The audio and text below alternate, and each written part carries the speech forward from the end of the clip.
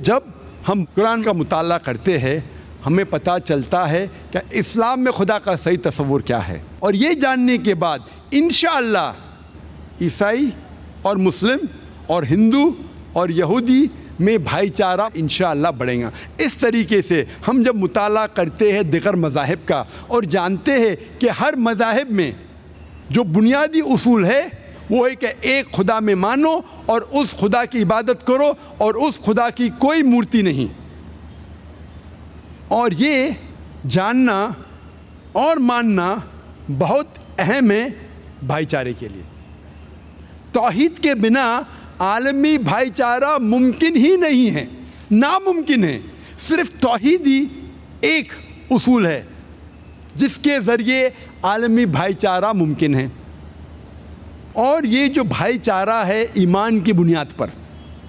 یہ بھائی چارہ صرف سارے انسان جو دنیا میں رہتے ہیں ان کو نہیں سمیٹتا۔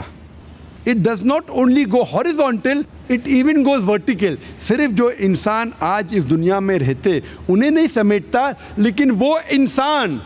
ایمان کے بھائی چارے کے بنیاد پہ جو پہلے آئے کئی صدیوں پہلے اور جو انشاءاللہ کئی صدیوں بعد آئیں گے، ساروں کو سمیٹتا ہے۔ This universal brotherhood of believing in one God does not only go horizontal, it even goes vertical۔ نہ ہی جو انسان آج اس دنیا میں موجود ہے انہیں سمیٹتا ہے، جو انسان پہلے آ چکے ہیں اور جو آئیں گے ان کو بھی سمیٹتا ہے۔ یہ سب سے بہترین عالمی بھائی چارہ ہے ایمان کے بنیاد پر، توحید کے بنیاد پر۔ اکثر انسان یہ سمجھتے ہیں کہ سب سے بہترین بھائی چارہ ہے رشتہ داری کا۔ اکثر چاہے مسلم یا غیر مسلم اکثر یہ سمجھتے ہیں کہ سب سے بہترین بھائی چارہ ہے رشتہ داری کا بھائی چارہ۔ قرآن مجید میں اس کے بارے میں صاف لکھا ہے۔ بے شک رشتہ داروں کے بارے میں کئی اچھی چیز کہی گئی، ان کی عزت کی گئی، لیکن وہ ایمان کے بھائی چارے سے اوپر نہیں۔ اللہ تعالیٰ فرماتے سورہ اسراء میں سورہ نمبر 17 آیت نمبر 23 اور 24 میں کہ اللہ کو ماننے کے بعد سب سے بہترین چیز ہے کہ آپ اپنے والدین کی عزت کرو اور ان کے ساتھ اچھا برتاؤ کرو، اور اگر ان میں سے کوئی بھی ایک یا دونوں ضعیف ہو جائے ان کو اف تک مت کہو،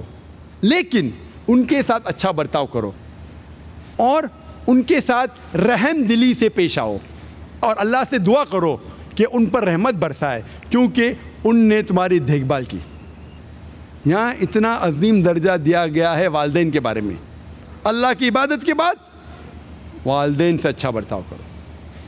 میں نے کہا اپنی تقریر میں سورہ لقمان میں سورہ نمبر 31 آیت نمبر 14 اور سورہ احقاف سورہ نمبر 46 آیت نمبر 15 میں کہا گیا ہے کہ اے انسانوں اپنے والدین سے اچھا برتاؤ کرو،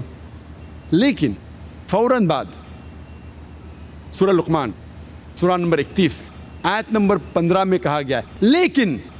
اگر آپ کے والدین جد و جہد کرے آپ کو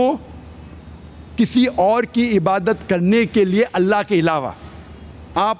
ان کا کہنا مت مانو، پھر بھی ان کے ساتھ حسن سلوک کرو۔ اس میں کہا گیا ہے کہ اگر آپ کے والدین جد و جہد کر رہے، آپ کو شرک کرنے پہ مجبور کر رہے، تو آپ ان کی بات مت مانو، لیکن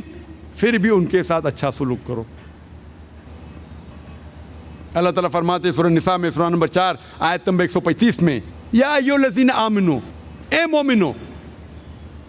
حق کے لیے گواہی دو، اللہ کے لیے حق کے لیے اللہ کا ساتھ دو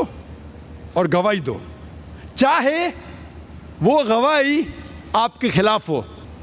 چاہے آپ کے والدین کے خلاف ہو، چاہے آپ کے رشتہ دار کے خلاف ہو، چاہے غریب کے خلاف ہو، چاہے امیر کے خلاف ہو۔